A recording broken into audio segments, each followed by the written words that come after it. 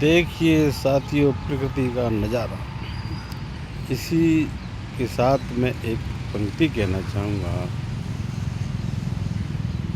जगे जगावे विश्व भारती, झंकत बीड़ा तार करो। इस प्रकृति के सानिध्य में सभी नमन मेरा स्वीकार करो।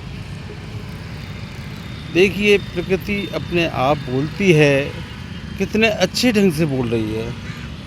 आपने कभी कल्पना किया है इस प्रकृति की? नहीं की है। देखिए कोई योग कर रहा है, कोई लेटा हुआ है, और प्रकृति तो प्रकृति है। तभी तो कहा गया है, प्रकृति ही भगवान थी, भगवान है, भगवान रहेगी। प्रकृति को यदि हम छेड़ेंगे तो वो हमको छेड़ेगी। प्रकृति से अच्छी चीज़ कोई है नहीं। ये हमें औषधि देती है, सारी बीमारियों को दूर करने के लिए इतनी औषधियाँ के साथ साथ ऑक्सीजन देती है जिंदा रखने के लिए। फिर भी लोग अंध में घुसे हुए हैं। तो मैं यही कहूँगा कि अंध भगाओ, देश बचाओ। इस देश का मुखिया क्या कर रहा है देखिए, समझिए।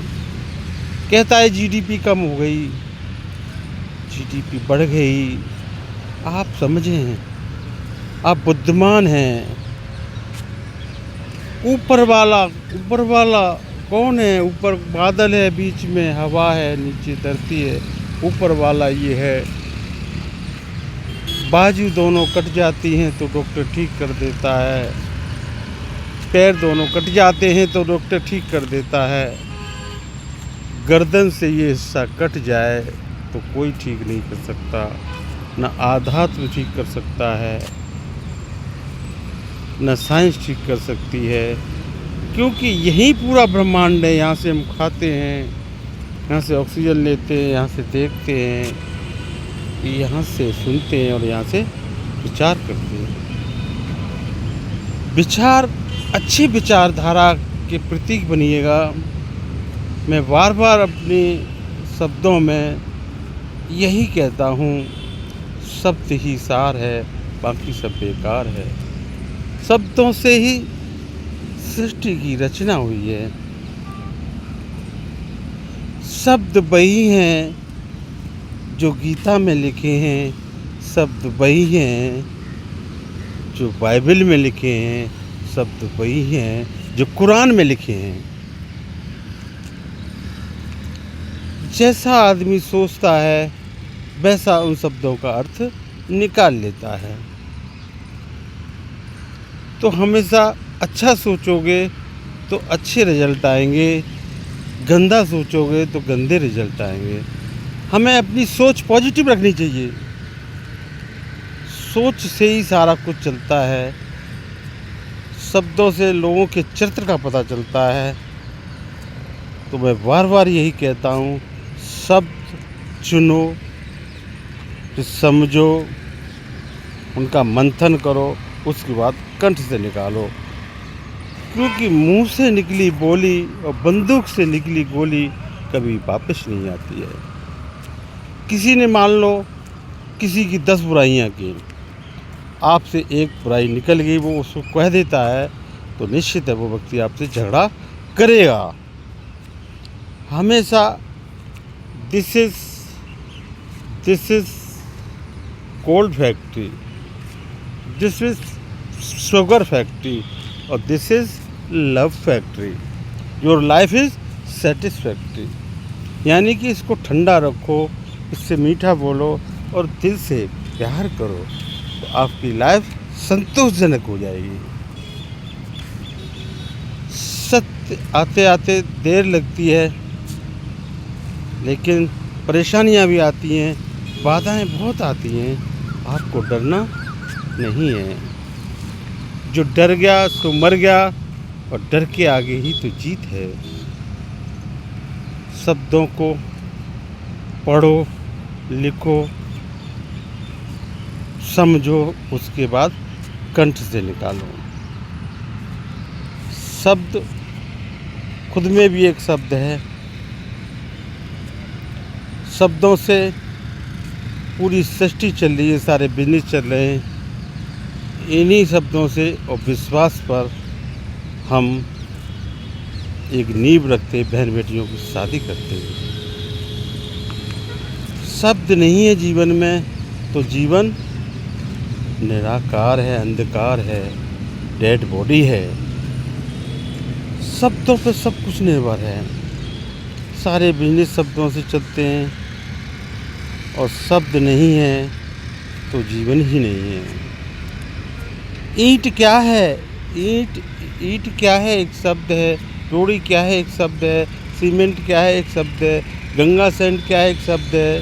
वदरपुर क्या है? एक शब्द है। इन सब को मिला देते हैं तो एक शब्द इमारत की रचना हो जाती है।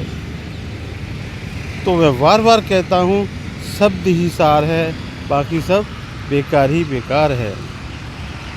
शब्द नहीं तो जीवन नहीं, और जीवन है तो शब्द हैं, शब्द हैं तो जीवन एक दूसरे के पूरक हैं। ये हमें इस पूरक को अच्छे से संभाल के रखना चाहिए। शब्दों से ही सब कुछ होता है। मैंने अपने शब्दों का वर्णन किया। इसी के साथ लास्ट में एक पंक्ति जरूर कहूँगा। संगीत से ज्ञान नहीं मिलता, मंदिर में भगवान नहीं मिलता। पत्थर तो इसलिए पूजते हैं लोग क्योंकि विश्वास के लायक इंसान नहीं मिलता। इसी के साथ रास्ते अनेक हैं, ईश्वर एक है। कोई मस्जिद के माध्यम से जा रहा है, कोई मंदिर के माध्यम से जा रहा है, कोई चर्च के माध्यम से जा रहा है, कोई गुरुद्वारे के माध्यम से जा रहा है। Always God is one. कोई चीज़ खराब नहीं है। सरस्वती बनाई गई थी एक सिंबॉलिक के रूप में, दुर्गा बनाई गई थी सिंबॉलिक के रूप में, लक्ष्मी बनाई गई थी सिंबॉलिक के रूप में। इन्होंने सबने कर्म की बात की है। सरस्वती ये कहती है, उसको देख करके हमें याद आता है कि हमें पढ़ने जाना है, विद्यालय जाना है। कर्म की बात करती है। ये सरस्वती पे सब कुछ होता। कोई बता सकता है सरस्वती कितनी डिग्रियाँ थी और कहाँ से ली थी? ऐसा कुछ भी नहीं है। एक चित्रांकित किया गया सरस्वती के रूप में, सिंबॉलिक के रूप में, जिसको देख करके हमें कर्म याद आता है कि शिक्षक संस्थान जाना है और पढ़ना है, गुरु को सुनना है। इसी तरह दुर्गा से हमें याद आता है इतना ताकतवर बनाए से कर्म करने, हम पर कोई अटैक न कर पाए। इसी तरह लक्ष्मी से हमें याद आता है हमें कर्म करना है। जो पौध लगाइए बच्चों के रूप में, उनको आगे बढ़ाना है, पढ़ाना लिखाना है, देश का कर्णधार बनाना है। ये इसलिए बनाई गई थी, कोई चीज़ गलत नहीं है। उदाहरण के तौर पर पीपल का पेड़ सबसे ज़्यादा ऑक्सीजन देता है, इसलिए ब्रह्मदेव देवता की उस तक स्थापना कर दी गई थी। इसलिए कर दी गई थी कि उसको कोई काटे नहीं।